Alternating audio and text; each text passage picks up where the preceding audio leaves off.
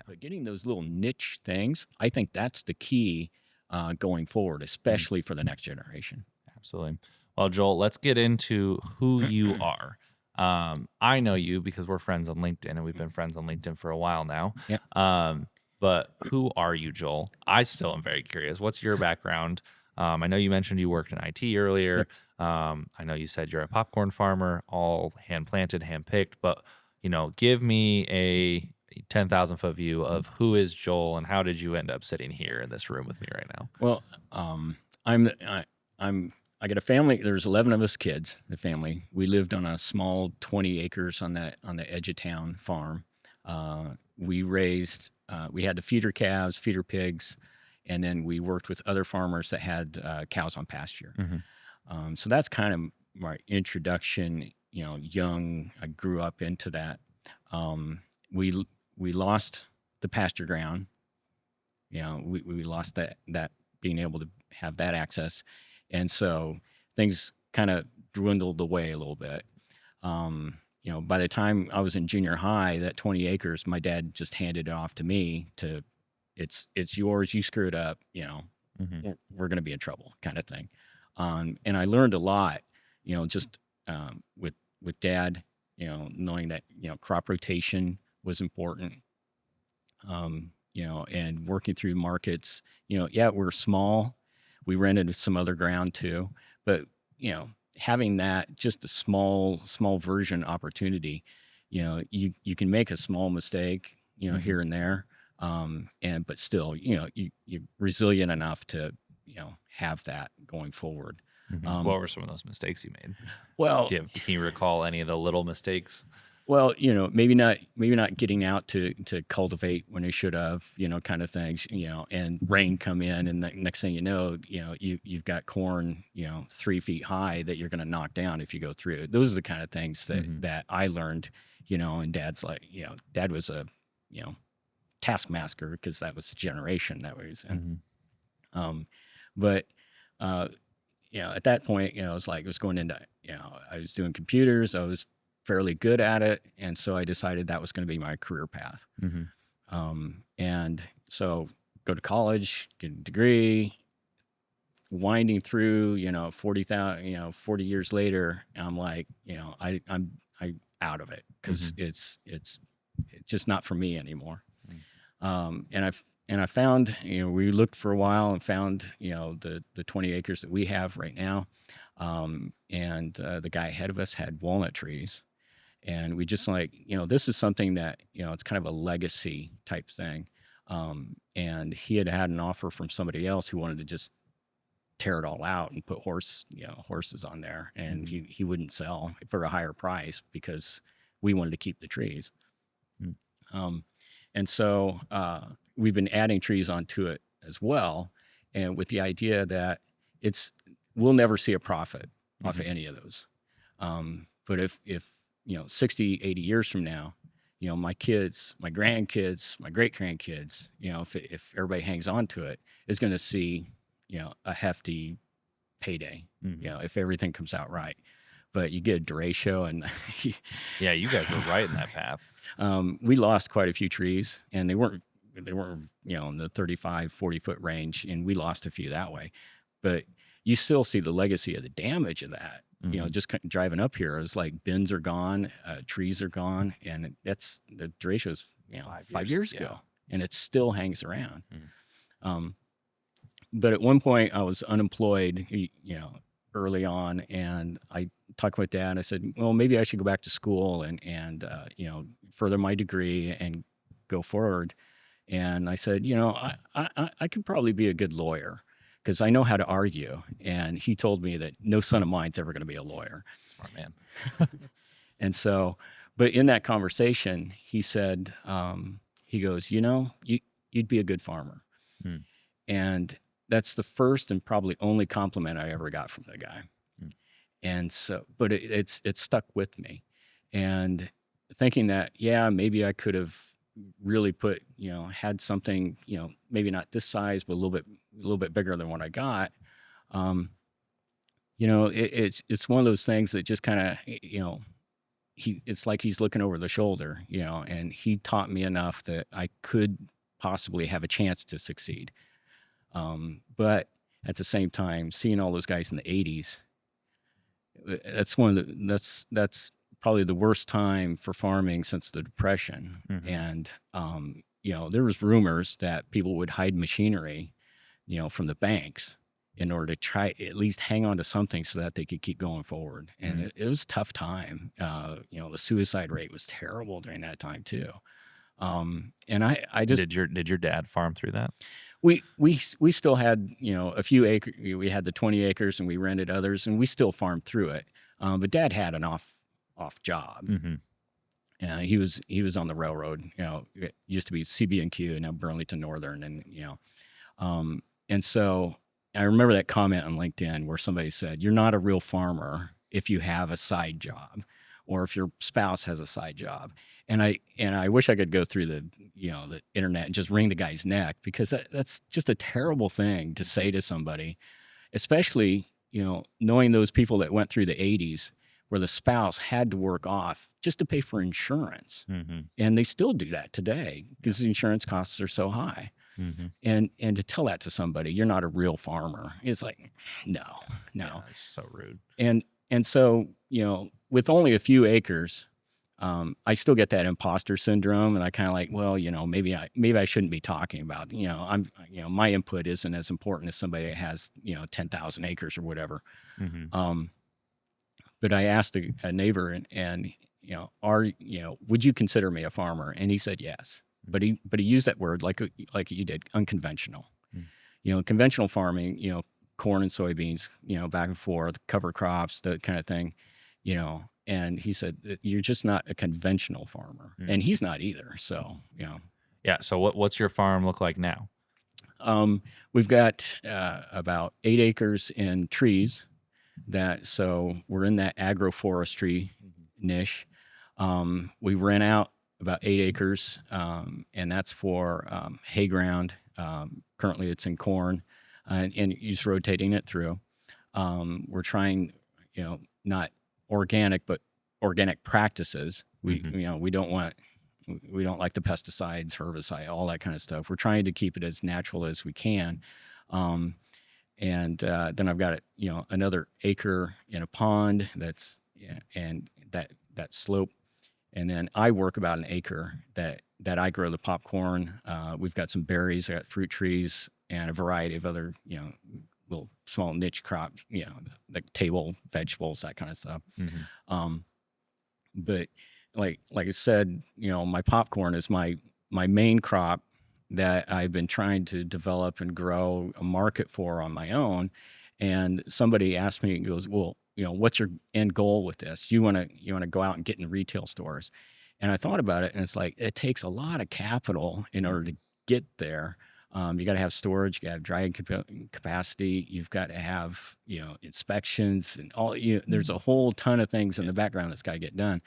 And so, it's not, it's a barrier or hurdle rather than a barrier. You got to Mhm. go through that. So, do you have the capital? Well, yeah, no, not right now, but maybe in a few years we can work on that, kind Mhm. of thing. So, starting out small and adding to it, and we've added a little bit more to what we grow, and hope, and our sales has shown over the last 4 or 5 years, we've grown each year, Mhm. and that's just with farmers markets.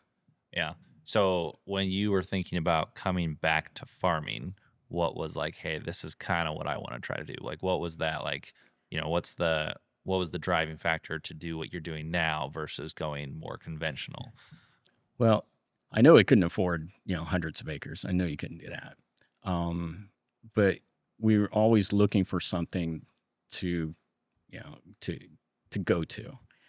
We missed opportunity with my wife's uncles, um, and so but at the same time, we were always looking. We put an offer on one place that fell through. We had another place that didn't work out, and finally this one, when we looked at it, because the combination of having those trees as a legacy, Mhm.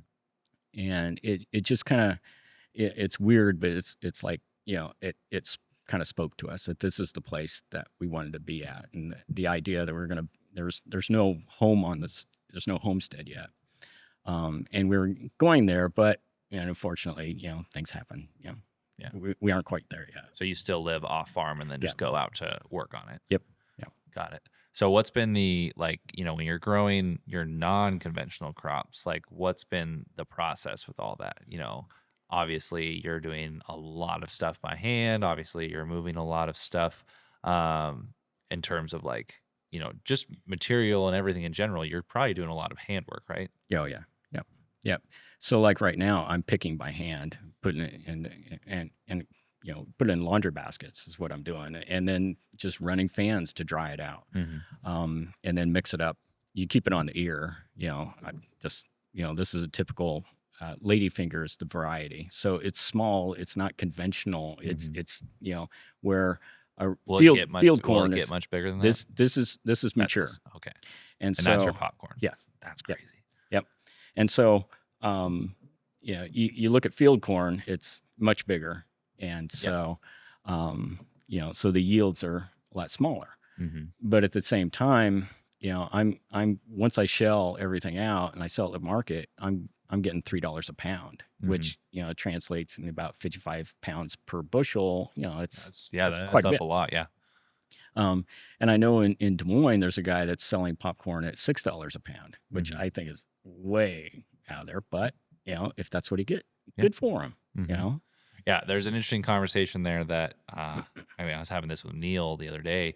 Just like, there are guys who profitably can farm 5 acres a lot better than guys who can farm 5,000, just because there's typically a premium placed on products that have that extra touch, the handwork or the niche varieties. That's like, hey, guys and gals who do want that, they're going to pay for it. They're definitely going to pay for it. Yep. And I'm noticing, and you're kind of near Cedar Rapids, so you probably know this better than I do. Like, there is a shift in a lot of the city demographics to wanting to not buy all their food that way, but farmers markets are becoming a very trendy thing to do on the weekends. Yeah, and I think one of the things that I've seen in the markets is that you're also competing against the guy who is, or gal, but the person out there who's selling more crafts type things, baked goods and things like that. And what I've seen is that somebody won't have a problem with putting down $8 for a giant size cinnamon roll, but they kind of balk at $2 for a pound of beans or whatever.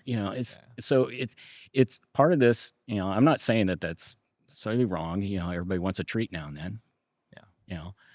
But I think that it's part of, we need to think about healthier inputs into our bodies, and having a treat one while, great, no problem.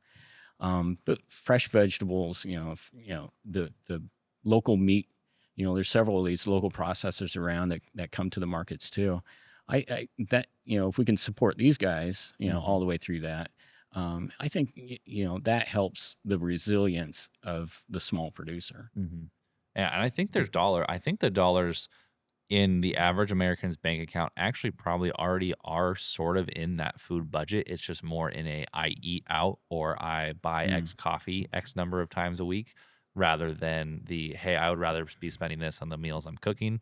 I've noticed that, especially spending time with younger people, not that I'm old, but like, you hang out with people who are in college and things like that. Like, they love to go out to eat. They love to spend money on food when they go out to eat. But it's like, hey, that dollar, at some point, there probably will be some financial maturity to say, okay, that dollar needs to be reduced or needs to be moved to a healthier food budget or somewhere else in our budget. And so I could see someone who spent, $30 a week on coffee at Starbucks for most of their 20s as they age, saying, hey, I'd be willing to put that $30 a week into my food budget because I'm now at a more health conscious stage of my life. Like, from my visits to California, my time on the coast, there are a lot of people who are thinking that way a lot more of, hey, what can I do to put whole foods in my body versus just buying whatever I can at the grocery store. Like, there is a slow shift coming, but it's still one that's like, when are we going to see that dollar shift to actually be a priority in a majority of people's budget, not just the 10% or the 5% who are actively thinking about that healthy food? Well, I think Cedar Rapids has like their double SNAP program where you Mhm. come in there and you can trade your, get a coupon so you can double the amount of SNAP food that you can purchase it there. Not all farmers markets Yeah. accept that, but I think those kind of things, Yeah. would help promote We're anything. we're foster parents, and we get a certificate monthly for farmers market produce, Oh, like, that we cool. can use from the state for taking care of foster kids. Like, "Hey, if you want to go, you can use this certificate at farmers market to buy food, for your foster kid," because they know, "Hey, we do want, some of this government money to go to local food systems." It's not a lot. I mean, Oh, compared to everything else, it's not yeah. really that much, but Oh, still, that's like, cool. there is a little element, like, "Hey, Yeah. they thought about it." Yeah, I never knew that they do that, but that's a great way of going through that. I think that those community baskets Mm, that you get like the weekly or delivery of whatever's fresh at different times, that's starting to get expand out and grow, mhm, and that gives an opportunity for people to see what's good out there that they may not have ever tried before. mm. I grew, a couple years ago, I started growing different types of squash. I've never tried something, and I'm like, well, let's try it this year, and I've liked it. So it's like, okay, Mm. and everything that I grow, I eat. So I'm not gonna sit there and grow something and be like, I hate it, and throw it out there. But you know, Yeah, I think there's an opportunity for the ag industry in the US to shift to that more, not maybe not even direct to consumer model, but just a more local model, or a more, um, hey, let's listen to our end consumers model. I think that's what I'm listening a lot to from the rough conversations on the internet. It's, hey, we as an industry need to be listening to what the people who are wanting healthy food are saying. Like, our job as an industry, and it's unfortunate to hear, our job as an industry is not to oppose MAHA. Our job is no, to work hand in hand to either, figure out what needs to happen. Hey, maybe have some gentle correction of, hey, that's probably a little outrageous to make those, like, RFK wanting to ban every pesticide on the plant, like, at scale, that we don't have the can't do technology to that. do that. We can't do that. It's probably not going to be a good idea. I Right. mean, it'd be a great way to reduce supply. We would probably solve some of Oh, corn would probably be $7 again if we just let weeds grow all throughout the y- fields, y- because there would be way less supply. But right. there's an opportunity for us to work hand in hand with people who are saying we want healthier food, we want to clean up our food system. The question is, are we as an industry humble enough to sit down and say, hey, we're not perfect, and maybe there are different ways we should be doing this. So what can we do to move forward instead of being a wall for these things to happen? Well, and I think that that's where it comes in with niche type things like my popcorn, but a neighbor who's getting into food grade soybeans is finding that might be very better. He's working on a contract right now, and that to me is where I think the next generation can come in and expand on that on a lower footprint and get a premium price for a product that's worldwide demand. And they're working on contracts, that possibly shipping them all overseas. Mhm. And so that's the type of thing that I think is going to save agriculture, is Mhm. finding something out there that we can get into real quick and be able to produce something, because Brazil, obviously, that's what they did. Mhm. They're getting, they've got beef into the United States, What did you literally this week is the first time, like, U.S. beef imports from Brazil, or maybe it's just Brazilian beef in general, is officially Brazilian beef is officially a larger industry than U.S. beef, which is that crazy. that that is crazy. And so they took that seriously, that they're going to find a slot for them into, and they're successful at it. So I don't see why we can't do the same thing with Mhm. with either expanding the beef market, which is going to take several years in order to do that. Because you can't just, it's not like a row crop where next year I can change what I'm going Yeah, to give plant. yourself 5 years of breeding cows, and then maybe we'll get a little bit closer. Exactly. Yeah. So, I think, that's, we just got to find that one thing, maybe not one thing, but several things that we can do well, and produce at in quantity that the market, the world demands. I think the U.S. has this opportunity to become the highest quality supplier of whatever commodities we Mm. choose to grow here in the U.S. You talk about higher protein soybeans, like, man, like, we can compete in a way that a lot of developing countries couldn't, in terms of technology and genetics, in a way that we could be growing a lot healthier and nutritious crops at scale, even better than a lot of places could.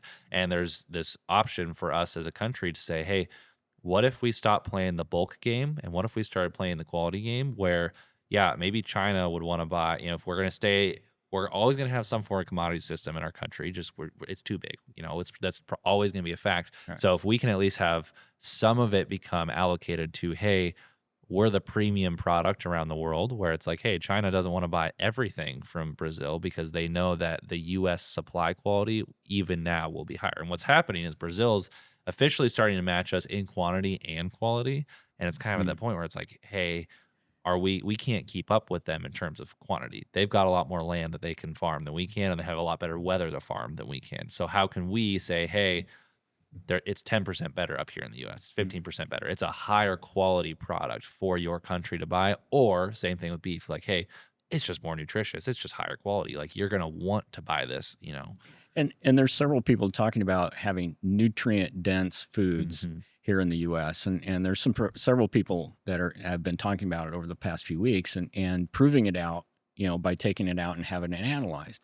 And I think that's another niche market that we can go into is food density. And I think maybe that's where we're failing in the United States is that our food is not nutrient dense; it's calorie dense. It's funny you say this because literally, like, probably 4 years ago, I was riding in a combine with a buddy of mine, and I was still pretty new into the business and everything, and really starting to dip my toes into the national agriculture scene. And I kind of asked, like, hey, do you think there's ever going to be a day that when you drop your soybeans or your corn off the elevator, they're going to measure it for nutrient density and either give you a premium or they're going to dock it because of that? And he's like, maybe in some places, but I don't think it'll ever be a widespread thing. And he kind of like laughed it off. Mm. And now we're seeing these conversations start to spark up around the country. It's like, hey, that is probably coming. There is some element of, hey, there's going to be a lot of demand for that higher quality product. Maybe not a lot, but there is going to be more, and people need to be thinking about, hey, do I want to hedge my bets on a more nutritious crop that I'm going to get a premium for when I sell it?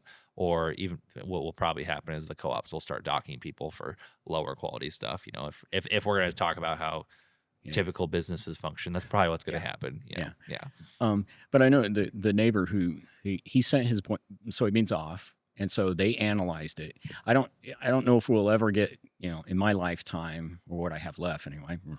But where we get instantaneous results, and I think that's probably coming, and that maybe that might be 30 years down, 40 years down the road, something like that. But I think that is coming, Hmm. and that's where we have to react to it or we have to be proactive to it because if we allow other countries to go in there and do it, we're going to get so far behind and we're going to lose out. Yeah. Yeah. And it's we don't want to see that happen because it would suck to see the U.S. become not the world food superpower it has been, but I think we do need to start thinking about that nutrition quality and also, are we going to bring that? Are we going to keep that food here? Or are we going to keep importing to the extent we are?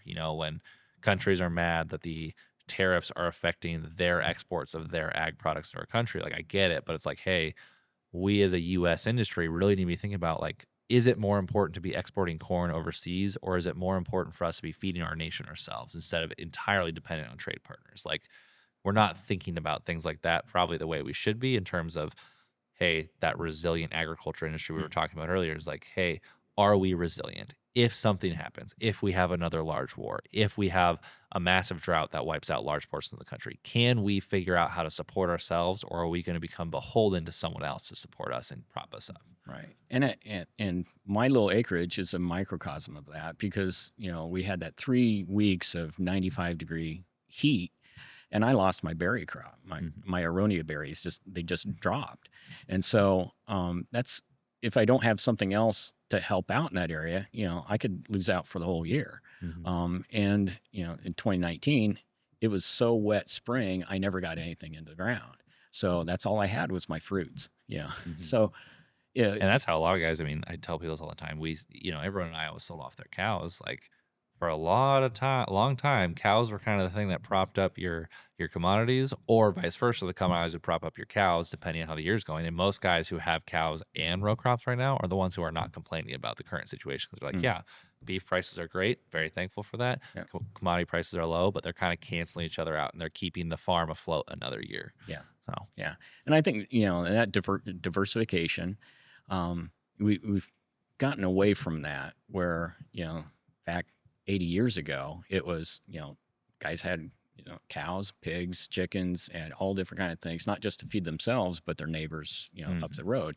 And so having some diversity in your operation helps as well. Um, but also, like here, you said that they do some custom work too. So, yeah, if you do custom work, is that considered off the farm? Like that Mhm. one guy, um, you know, it's what you can do to help supplement what your operations can go forward. Mhm.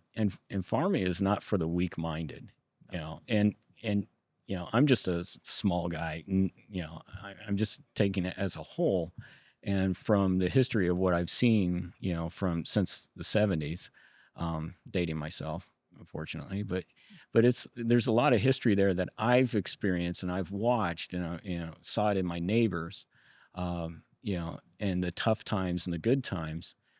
There's just we need to understand what the market is going to allow us to do, and the market, we need to promote the market, get people to think healthier and get into those niche kind of things, and everything works together. And if one thing falls apart, we got to have that resilience to be okay. Mhm. Well, we can pivot and do this over here too.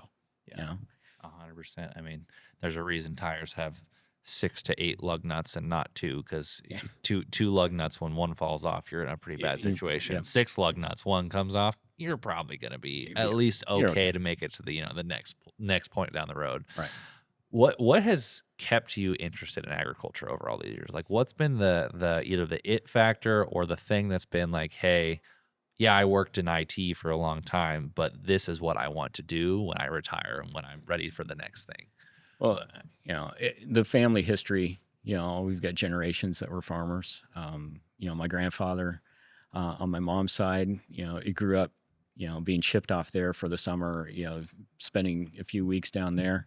Um, he was he was a farm guy. He had a little farm C, and he had 70 acres, and he lived off that for Mm. decades.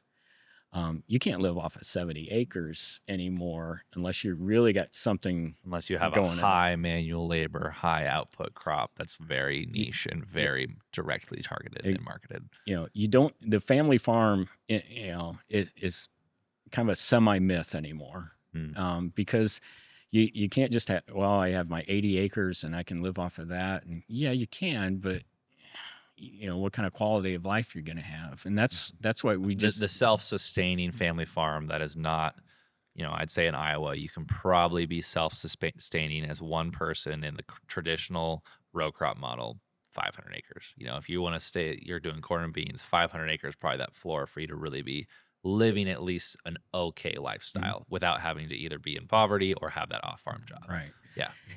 And you go back when in the '70s, it was $2 corn was great at Hmm. that time. And that goes back to, we have an inflationary monetary policy where we keep pumping money into the system, hoping that, dollars chasing products kind of deal. And if we would solve some of those kind of things, that would help the economy as a whole as well. Hmm. You don't, because part of inflation goes into food prices. If we didn't have inflation, I could afford better quality cut of meat, or whatever down the road. Equipment. $1 million for a combine. I mean, that's crazy if you think about it. It's You insane. know, It's absolutely insane. you know and it's not like you going out and buying a Ferrari. It's a piece of machinery, it's a rolling piece of hardware out there. Within like 3 or 4 seasons, it's like mostly depreciated and isn't like a couple thousand hours of combines these days. I mean, they're done. I mean, you're spending $1 million on something, you're gonna have to buy another one, and who knows how many years after use. And it's just, yeah. Yeah, it's crazy the amount of money that is into machinery anymore. And I'm like, back, grandpa, where he's got a little 2-row planter and cultivates with this little international farm C, and it's like, you can't do that anymore. Hmm. you know. Um, but I think that, I think, it. We've got a diversity of thought. We've got the big producers, the conventional farmers, and you've got the smaller guys like me. And this is your point. where we just have to talk about what's going on and work to make it better for everybody, and stop with this division crap, Mhm. and quit criticizing each other. Uh, you know, it's kind of like a farmer arguing over his neighbor about the fence line, Mhm. you know, and it's like, yeah, we've got bigger things to worry about than whether your opinion is valid about what works on your farm, Mhm. versus somebody 500 miles away. There was one conversation he made a statement that he doesn't rotate potatoes, and I'm like, I was always taught you don't plant potatoes on the same ground year after year after year. Mhm. And he's like, well, I do that, and I've been doing that for decades. And I'm like, well, how do you do it? And his response was, years of work. And I'm like, okay, thanks. Mhm. And so we shouldn't be so myopic in our own thought that we can't share information across the way, because Mhm. we aren't in this as, we're not competitors Mhm. in farming. And that's one of the things that's good about it, is that we're not competitors. We bought aronia berries and planted those. And somebody said, are you planting those too? And it's like, you know, you wouldn't have two farmers sitting there going, you're planting soybeans too? Yeah. It's weird that some Mhm. people have those type of opinions. And I think everything that we put out there, it's enhancing somebody else. And that's like, just like the small farmers markets, the more people you get as vendors, the more people are going to show up. Mhm. And you shouldn't be looking at as I'm competing with the next guy trying to sell my stuff, versus him. We Mhm. should be looking at, hey, let's see what we can do together to make this better. Mhm. And that's why, farming should not be a competitive endeavor, Yeah. But I mean, human pride's going to do what Oh yeah. human pride does, and it's going to make things more complicated, and it's going to make farming more complicated. And I think we do need to have those conversations that are hard and do take some nuance. We need to talk about soil health. We need to Mhm. talk about, hey, guess what? We haven't done everything perfectly for a long time. Hey, you know what? Maybe the anti Roundup crowd is on to at least a little bit of something. I'm not telling people to ban it, but we should be willing to sit down and have a conversation about it as an industry. But we've got so many bigger issues facing us. It's like it doesn't matter if we debate those topics now or in 30 years, because in 30 years, well, it does matter. In 30 years, none of us are gonna be around because we got such bigger agriculture wide issues that we're facing. We have a decline in the farm population year over year. We have constant consolidation. We have lower and lower farm profitability. We have the government always being confusing, as the government's always doing. We have all these, lists of issues. And it's like, hey, there's not going to be an industry around in 15, 20 years if we're not really actively trying to figure out how to solve some of these bigger issues. The young person problem is one of the bigger ones Mm. I talk about. It's Yeah. just like, hey, like, guys, we got to figure out an easier way for young guys to start farming. We got to figure out how we can get the 25-year-old in without having, $500,000 owed to the bank tomorrow. Like, how do we make stuff like that a little easier to happen for these younger guys? And if we as an industry don't really work hard to figure that out, we are going to end up with the corporate mega farm model, which, that's not where we're at now, but 100,000 acre farm might not be an uncommon thing in 20 years if we don't start figuring out how are we going to move forward as an industry. Well, you've got, say, somebody who's going to buy all these acres and then they just rent it out along the way. I can see good and bad on both sides of that. Um, but that's kind of where we're headed right now. You've got somebody that has the cash, or or can borrow enough to be able to go out there and get these $12,000 an acre farms, which is crazy.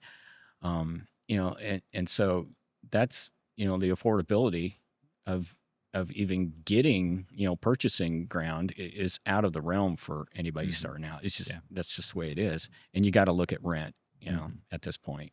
And starting renting a small plot at a time and expanding out.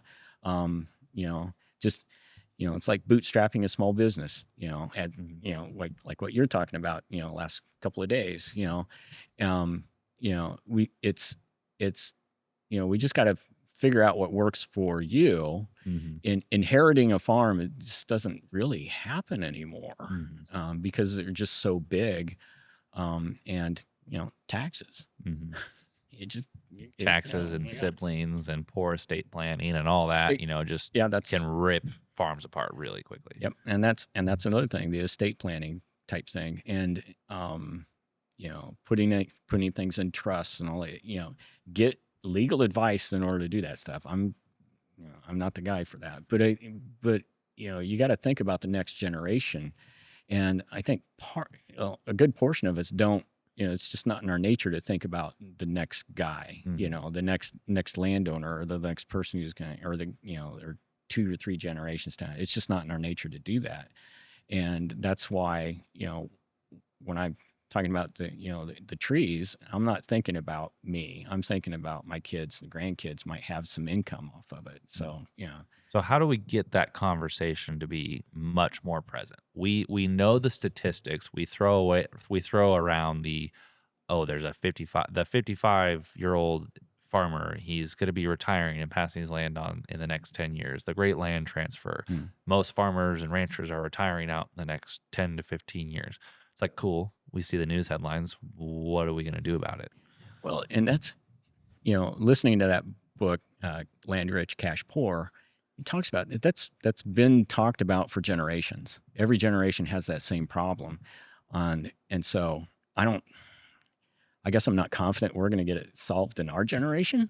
But I think that we just need to get the awareness out there of good planning is gonna help everybody out.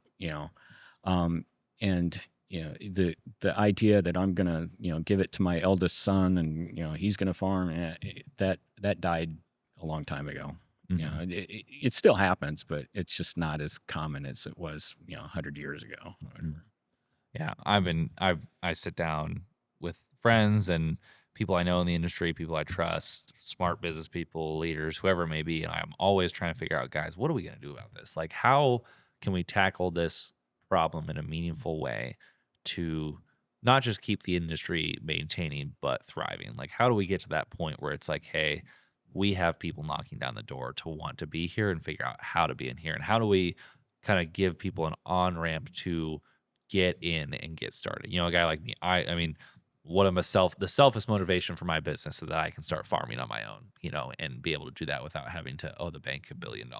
Like how do I, as a young guy who really wants to farm, get that 5 acres to do produce stuff? How do I get that 100 acres if I wanted to do row crop stuff? Like how do I get in a way that's not going to be there's going to be risk. It's running a business. There's always going to be some sort of Right. risk. But how do I do it in a way that should something go wrong, I'm not totally bankrupting my entire life after that? How do we help guys and gals who want to get into this industry do that? I probably don't have a good answer. I know what works for me, but it may not work for the next guy down because I'm a small, tiny, tiny operator. Um, but somebody who's got, a couple thousand acres, they should be working with a tax guy. They should be working with a lawyer, and especially when they're getting up there in years. But at the same time, there is enough accidents out there that you may not be here Mhm. a couple of years from now because of an accident. It happens all the time. Mhm. It's a risky you know job. In this machinery. I've known several people who've not made it or maimed Mm. because that's what's happened. Something has happened along the way. Um, so you can't just you're not invincible, and Mm. we just got to get that out there that you're not invincible. You're not going to live forever. Get the stuff in that. And I'm as guilty as the next guy. I don't have 100% everything worked out. Um, but at the same time, it's like that the best we can do is just get the word out. Keep Mm. going out there. Keep preaching it. Um, there are different there's AARP. There's that could maybe that's an avenue that we need to start because I don't know if they really do anything in agriculture. Mm. But that might be an avenue to go at. But I think looking at community colleges for the young person coming in, Mhm. maybe they can do some cooperative work with older farmers. I know a few guys that have done that, Mhm. but it's not widespread. Yeah. It's kind of on individual levels, and that goes back to farming is kind of individualistic. We're all we're doing our own thing, kind of. We aren't. That's kind of the nature of it. for how many hundreds, thousands of years. Mhm. Farmers are very independent. Mhm. They don't like being told what to do. Um, and so, but I think that we're we just have to get out there and just keep getting the word out there. I know I have people that contact me, all the time about legacy. What are you going to do, and passing it on and things. And sometimes I feel like they're just sharks. Mm. They're trying to make a buck off of giving me advice that I probably already have done anyway, kind of thing. Mhm. It's kind of like when I turned 50, the local crematorium sent me hey, you're thinking about what happens next. And I'm like, "Mm, thanks, thanks for reminding me, Mm. It's good advertising. yeah, yeah. But I think that, it's going to have to come from the grassroots. Any change in agriculture, it's got to come from the grassroots, and it's got to be, looking at this guy over here. He's doing a great job at finding a niche, for his market.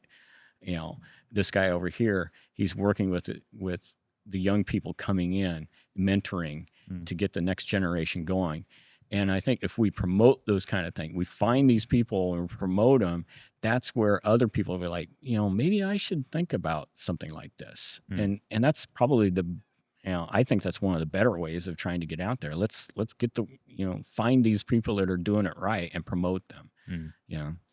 You know, we just got to keep going. And I don't really want a government solution. Mhm. And I don't think there's a lot of other people that want that either.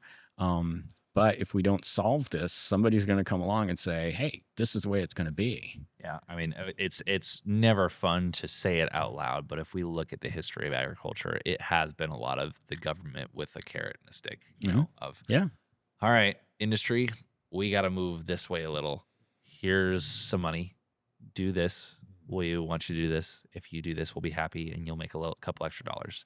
We don't like to Yep. talk about it, but agriculture is a whole lot more socialist than we like to acknowledge. There's a lot more money that we expect out of the government as there's very few industries where if you as a business owner said, I expect the government to give me X amount of dollars a year, regardless of what happens, like not regardless, but given Well, circumstances. And there's a reason we have our federal crop insurance programs and all that stuff. Like it has saved a lot of farms from disappearing. It is a excellent financial tool, but it's one of those things like, hey, people the watching public doesn't understand, and so they don't like mm, that. right. When we're looking at our deficit and all that, when we're talking about us as a country, like how are we going to interact with that? How are we going to approach that? And that's something I don't know much of. I would love to see some of those dollars that do end up in row crop subsidies more in a local food system structure, or at Mm, least mm, I'd say offering an easier roadmap for younger people into, hey, you don't just have to do this. I would love to be able to walk into my FSA office here and say, hey, I would like to participate in your young farmer loan program.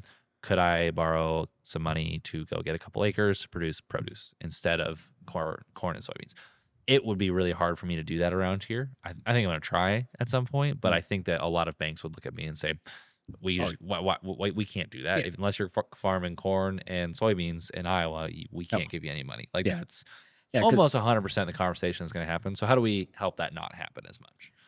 you know, um, And that's a hard. That's that that's yeah. that's a hard one. That's a hard question to I don't really have a good answer to that. And I think I just go back to let's find some successful people Mm. and promote those guys. I don't consider myself successful yet, and I may never. But I'm trying something. I'll try something this year. Maybe it's not working. I'll try something else next year. I'm small enough that I could pivot that much without too much investment. Mm. The big guys, well, I'm going to put in Milo next year, and 500 acres of Milo. That's kind of hard to go into. It's not a conventional crop. They still do that. It's still around, but it's not a big crop in Iowa. Yeah. And so, yeah, I think that's probably the best we can do right now and you're doing that where you're just asking questions, and there's probably a few negative things that get thrown out there with in the comments and stuff. But I think let's ignore those guys and just just Yeah. look at the positive, what we can do on the positive side. Yeah, we've thought about we were toying around with the idea of what would it look like to um, have some sort of YouTube series that's focused on highlighting not the unconventional is not the word I want to use, the outliers, the people who Mm, are, hey, you are doing things maybe you are farming traditionally, but you're doing it in a way that is much different. That is a different mindset. Or hey, you do farm 10,000 acres, but you know what? You also have 5 acres of produce that also are a part of your farm, and you're very proud of that. Or hey, you're a young guy who's gotten started out. Here's your acres. Or you're an older guy, like, hey, you retired. And you know what? I'm going to start farming now. Like, how do we find those people and tell those stories about, hey, despite the circumstances or despite what the status quo is, they bucked that and went and did it anyways, you know? well, I've got a couple of people that you might be interested in talking to then.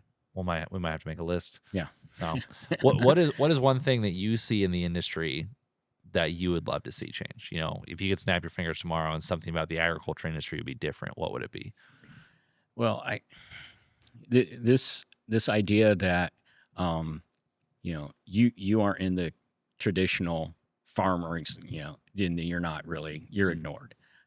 I get enough, my self-confidence is fragile enough that it's like, I'm kind of like, well, you're not a real farmer because you don't do traditional farming. And it's like we got to get away from that kind of thing. mm, um, and we've got to get away with this from this, what I do does not harm somebody else, mm. um, because we do have spray drift and a lot of herbicide spray drift going on, pesticide drift, and we need everybody to, you know good practices, and if you make a mistake, own up to it, Mm. because I've seen too many times where you damage the next guy over, and well, that's just an act of I God. mean, yeah, I've seen thousands of dollars of damages just from I was with a non-GMO grower down south of Cedar Rapids, and just a little bit of spray drift. I mean, just totally scorched that whole side that was neighboring the field. It was just, yeah.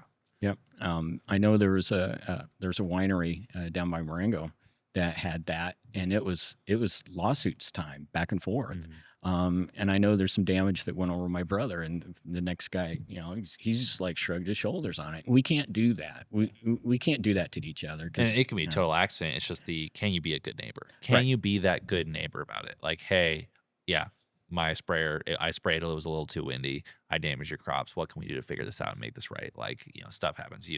Don't be the guy who dents another guy's car in the parking lot and did not leave a note. Right. You know, Yeah. Yeah. it's the And so, same. It's the exact same so concept, yep, just at a exactly. much more expensive scale. Yeah, yeah. Depending on what you hit, you wipe out the beehive, Mm, over there because you didn't go to the site that told you, where those are. And that because there is a site that you can go to and see all where these, berry growers and beehives and things like that. And I didn't check that, and you end up wiping out somebody's income. mm. You know, you got to, there's got to be penalties along with that.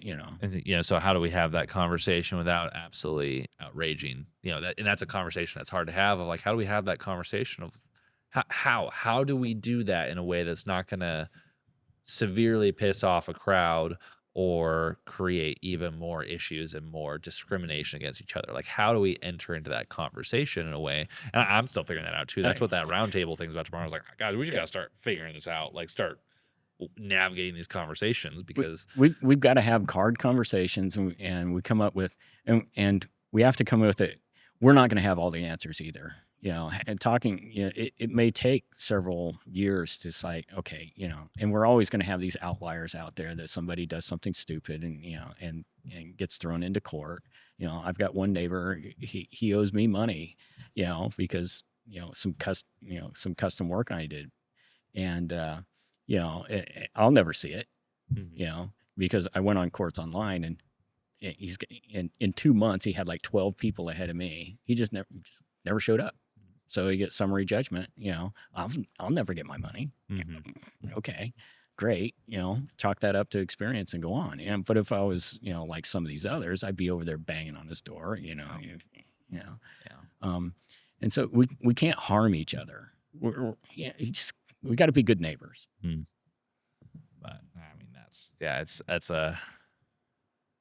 I'm probably a little naive and hopeful to think we can change an entire culture mindset of like how do we like because Well, I don't also know. we're in our bubble here in agriculture, but we also got to remember like hey, there's 300 million other people who live in this country that also affect and influence how we all act and interact with each other. Yeah. We got to remember that it's like hey, uphill battle in ag, but also uphill battle as soon as we step outside our doors into society. I mean, you're on the internet, Yeah. that's the worst of it. You don't meet people like that in public all the time, but sometimes you do, and you're like, oh, there are people like that that Yeah. do exist. Yeah. Yeah. Um, but for the record, the USDA when I bought my farm, the USDA contacted me and said, "Okay, we want you to sign up for this and this and this." And I'm like, "No, thanks. See you later." And they hounded me for about 3 months, and then I get this nasty gram from them and say, "If you don't sign up now, you can never get in any of these programs." And I'm like, "Okay." Hmm. So I've never received any money, any federal grants, no Hmm. CRP money like that. And neighbors are like, "Well, you should do that. You should do that." And I'm like, "No." I because part of me is saying, if I take that money, then I can't criticize the government for having a big debt, Hmm. And so and that's just me, Hmm. and if we all kind of, I don't need this, $75 an acre or whatever, and I can get by without it. So can hundreds of other people. And you can look up who has received money, and It's all public. Yeah. when you have Ted Turner and all the Scottie Pippen, and I'm like, why are these guys getting CRP money? What's the deal? And that's another thing that I think we need to solve is that there are some people that could really use it. They could use help, and some Hmm. people really can't. They really don't need it. Hmm. And for me, I just felt like I can't criticize the program if I'm taking it at the same time. It's Hmm. just not it's not right. Yeah. You feel I feel the same way. Like there's kind of this integrity standpoint of like and it used to be, I'd say even like 5 years ago, like it'd be one of those things like, yeah, like stand up for your values, like, vote with your dollars, things like that. Well, now it's even moved towards like, well, everybody else like believe that, but it's like everyone else does it. So like you can kind of go along with it and it's okay. Like, like that's why these store boycotts that happen every time there's something in the news about X store doing this thing, and it was like, oh, we're gonna boycott it. It's like 3 months later, no one actually cares. No one's Yeah. actually doing anything because it's all for show. It's all make a big fuss, but then go back to the way you live your life. There's a certain level of internal integrity that probably most of society does lack, which is sad because it means that means we will go with the wind. We're gonna move wherever the winds and the tides shift, however we feel. So good on you for that. I mean, Uh, yeah, I didn't mean to say that. Just for the kudos. I do that for myself yeah, because I just don't feel that I can criticize yeah, the government for being in debt, and then here I am taking a check. It's just yeah. that's hypocritical of Yeah, me. but you're also let's say you're also in a place of privilege in terms like you've built your operation as one that does not depend on that. Where there are people too, like we look at the USDA, like how involved the USDA is on so many farms. It's like, hey, like you Yeah. can't exist without the USDA. Like you cannot exist. Like it is in your balance sheet that those have to come in, or you will not turn a Right. profit because we've Yeah. built, like I said, we've kind of built this system where it's like you have to do it to survive, and that's where we get Right. into this hard spot of like there's there has to be some sort of some transition, or we have to have some sort of conversation because we're locked in government handcuffs and locked in the commodity handcuffs of like how do we get out of here in a way that's going to benefit everyone without destroying everything. Yeah. And It I it's not a free market. mm, It just isn't. And so how do we navigate around there and do what's right for us, as an individual, but as each farmer has to decide what's the best for him or mm, her. It's just we can't, what works for me may not work for you, may not work for the next person down the road. It's what works for the best of for you as an individual. And we can't have blanket programs mm, either because what works in Kentucky is not going to work in Iowa. The bird flu, that have last 2 or 3 years, wipes out half of the chickens in Iowa, and Iowa is the number one egg producer in the country, and so it's like, and then our egg prices are going up. Well, that's because you just lost half of the egg laying mm-hmm. production out Yeah, there. it's supply and demand, and we as the industry, when supply spikes, we're like, great, we can sell our stuff, or not supply. Yeah, when demand spikes and there's not enough supply, we're like, oh man, like we're making good money, all these things that people and consumers complain about prices. And we're like, well, sorry, like the government needs to solve that, or vice versa. It's like there's too much supply. Government, work on your trade deals. Like, can you get some of this corn out of this country, or can you pass more ethanol mandates so that way we can put our corn somewhere? Like, we're in this artificially created supply and demand market Mhm. that we expect some sort of intervention to change that. Like, don't get on Twitter.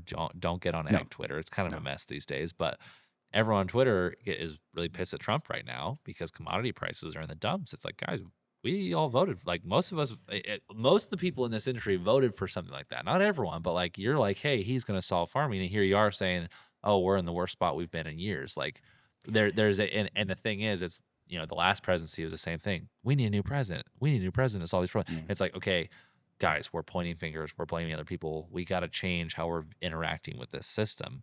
Yeah. And not only our government, we got to think about all the other governments out there as well. Because Britain, boycotts American beef because whatever, out there. China, boycotts pork. So we have other governments doing, kind of the same thing what we do with the tariffs. They're doing it to us, and that everything disrupts the market. And then you got players like Brazil that just swoop in and Yeah. find their way. Mhm. You know, we we just got to do a better job. As policymakers up there, they've got to listen to the grassroots Mhm. and not cater to just the big dogs in the fight. There's a lot of small ones out there too, Yeah. and we've got to all work together to do it. Is it going to happen? I don't know. I don't And know. that's the hard thing too, is because we are. I don't say we. I mean, I would say I want to support all producers. I mean, that's my thing. We're here to serve agriculture. So in my head, I'm going to serve all from 20 to 10,000 acres. But we all have to acknowledge, like, hey, who is making these decisions? Who has power right now? Who's doing these things? It's like, okay, corn lobby, big food lobby. Like, I sound like someone who's not in this industry, but Oh, I've been here for a few years now, and I'm kind of sitting here looking. I was like, hey, this industry is controlled by a handful of people, and a lot of politicians are not listening to the 90% of farmers. They're not listening to the people who are either suffering or who are very dependent on these programs. It is a lot of, hey, we need this to happen. We need this to happen. And I don't want to go too much farther down this road because I'm not knowledgeable thoroughly in how all the politics and the lobbying, the money changing hands and all that works. I know it happens. I know there's stuff yeah. happening. I don't know what is conspiracy, what is true, because I haven't myself gotten Yeah. into too much research about that. I've been in a couple conversations where I'm like, this seems a little fishy. I'm a little suspicious, but not enough to like be like, here's hard proof that this happened and they're working it. Like, I don't want to take a stance on that.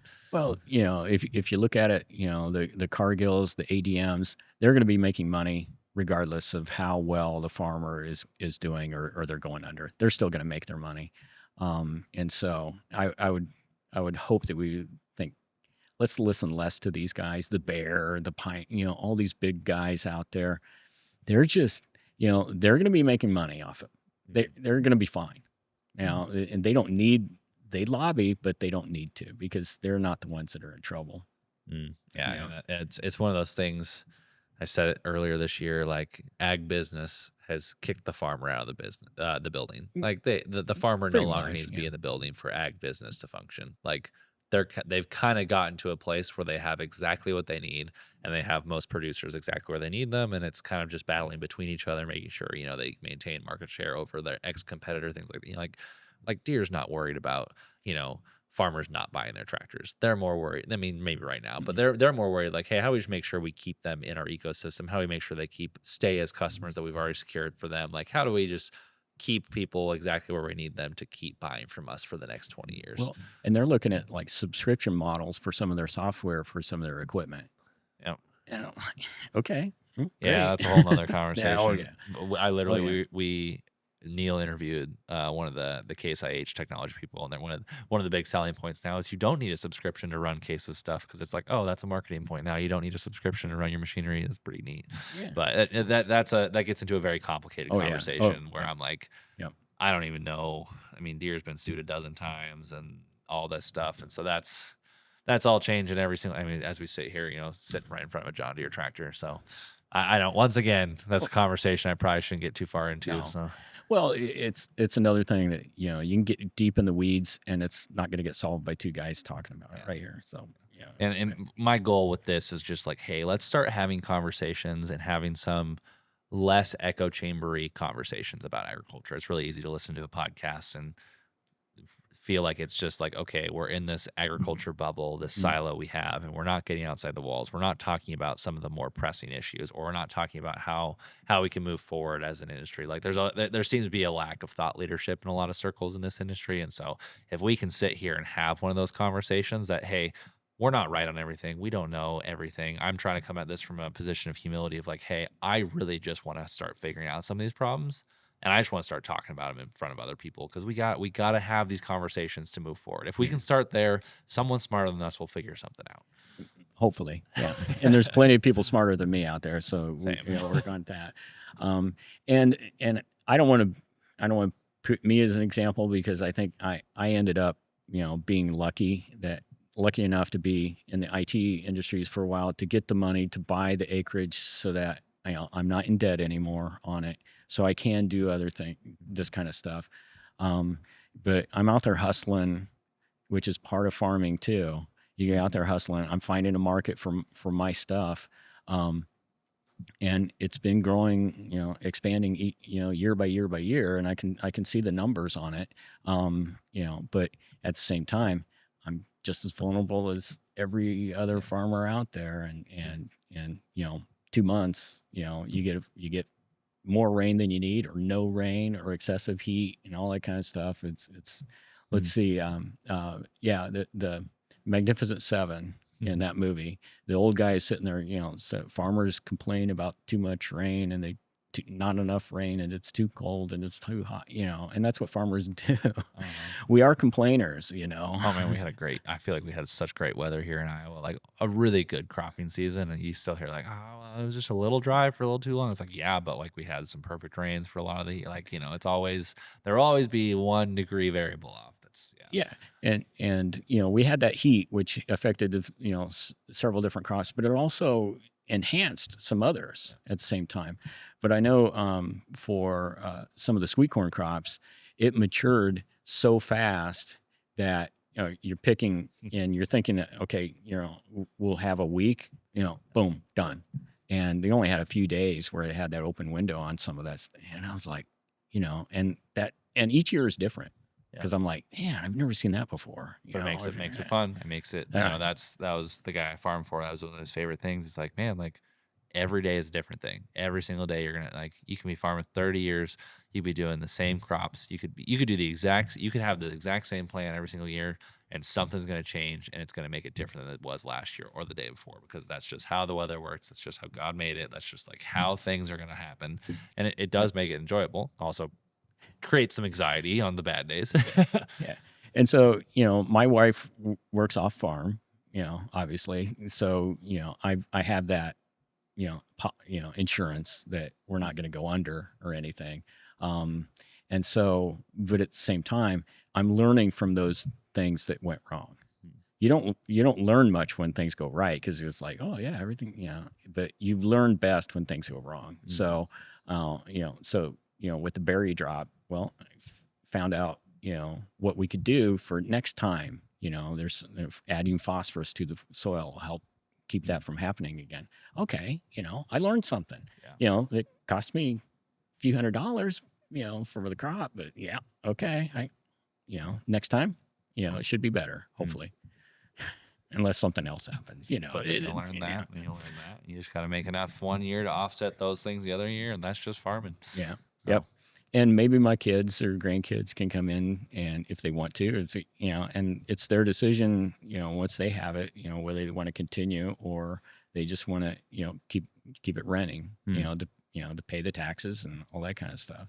Um, but one of the risks that we have is, like the carbon pipeline coming through mm, Iowa, which is a big deal. You got somebody, hey, I want to use your land to do this, and it's like, oh, that's another deep in the weeds kind of argument that we can have. Um, but but it's not only we have so many other you got weather, you got government, you got foreign governments, you got somebody competing right up the road, that want to put something on your ground, and it's like, Hmm. the farmer's caught in the middle, and it's like, you just got, yeah, I I guess that's why we have, such a high suicide rate, really. There's so many things outside Hmm. of any person's control, and if it gets too hard and too much of a burden, and I've known a couple of guys that Yeah. did that, and it's tough, and that's another thing I wish we could solve. You know, Uh-huh. because when you get to that burden, there's no hope. Yeah, Hmm. yeah, Yeah.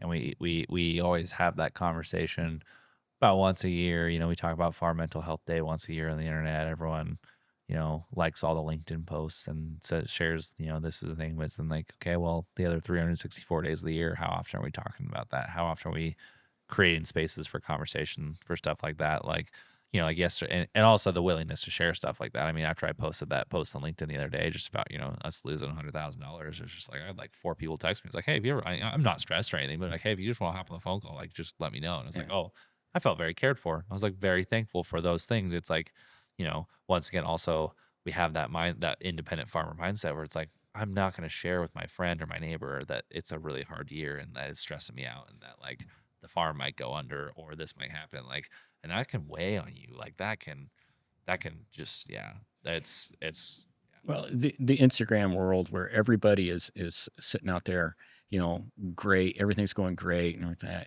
and farmers aren't like that, but but they're not gonna, but we are kind of, oh, I got the new combine. I got the new pickup truck, I mean, how many times you've asked me, how you doing? And they're all fine. The reaction is fine, Mm, and that's kind of the Midwestern mindset. If yeah, I'm fine, but deep down, maybe you're not, you know, and you know, we all need help now and then. yeah. And yeah, and then you get into that conversation of, I mean, like, that interpersonal relationship that society at large is facing. Like, hey, people are lonely. People are the loneliest they've ever been. They feel we're more connected than we ever have been online, but we are more disconnected from other people emotionally than we ever have been in history. So, like, you know, us as an ag industry are also feeling the effects of that. The isolation is very strong in years like this where things are tough. I mean, farmer sentiment is low this year. Like, it is Mm. not, Yeah. people are not bright and cheery about things. They are not happy to be selling corn at the prices they are, just having even the idea of, man, I have to farm again next year. Maybe and it'll be like this again. Like, that's stressful. That's exhausting. Like, that wears on your shoulders, your soul, you can see it on people's face. It's, yeah. And a lot of that, debt is another thing that just weighs heavy on you, and you got to borrow for operating costs. And then if you don't make enough to get those, then that carries over the next year. And I'm like, well, maybe this year it'll be different. Maybe this year will be different. And you get in that, it just keeps piling up, Oh, and yeah. it's all those weights that are carried around. Um, but I know that there's a program, Farm Rescue. I don't know if you've heard of those guys.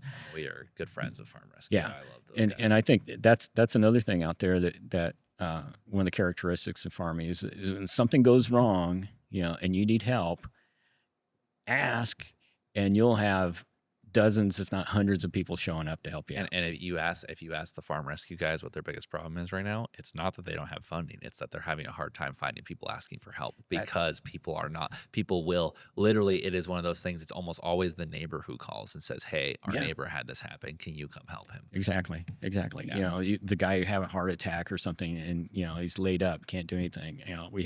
I remember as a kid, the guy broke his leg. He couldn't do anything, because he was a cat laid up in a cast, couldn't get up and down or anything. Mm, People showed up to get things going for him. So, mm, and that's, and you're exactly right. It's the ask for the help, mm. and well, I'm that way too. I don't ask Oh, for I'm help. I'm that way too, Yeah. and it's, and we create lies for ourselves in our heads of like, well, they won't do that, or I don't want to burden them with that, or like they won't understand what I'm going through, Yeah. and it's like, I'm learning as I get older and, have kind of some more lifelong friends at this point. It's like, hey, like, your friends don't care about any of that. Like, they don't care if you're burdening them with it. Like, they want to do that for you. Yeah. They want to do those things. And it's like, you know, there's this like fake wall we put up in our heads of, oh, well, they're not going to do that. They couldn't do that. And almost every time someone, like in my life, if I ask for help or they need, I'm like, yeah, I'm going to go help you, or my friends are going to call, they're going to come help you. Like, it's just,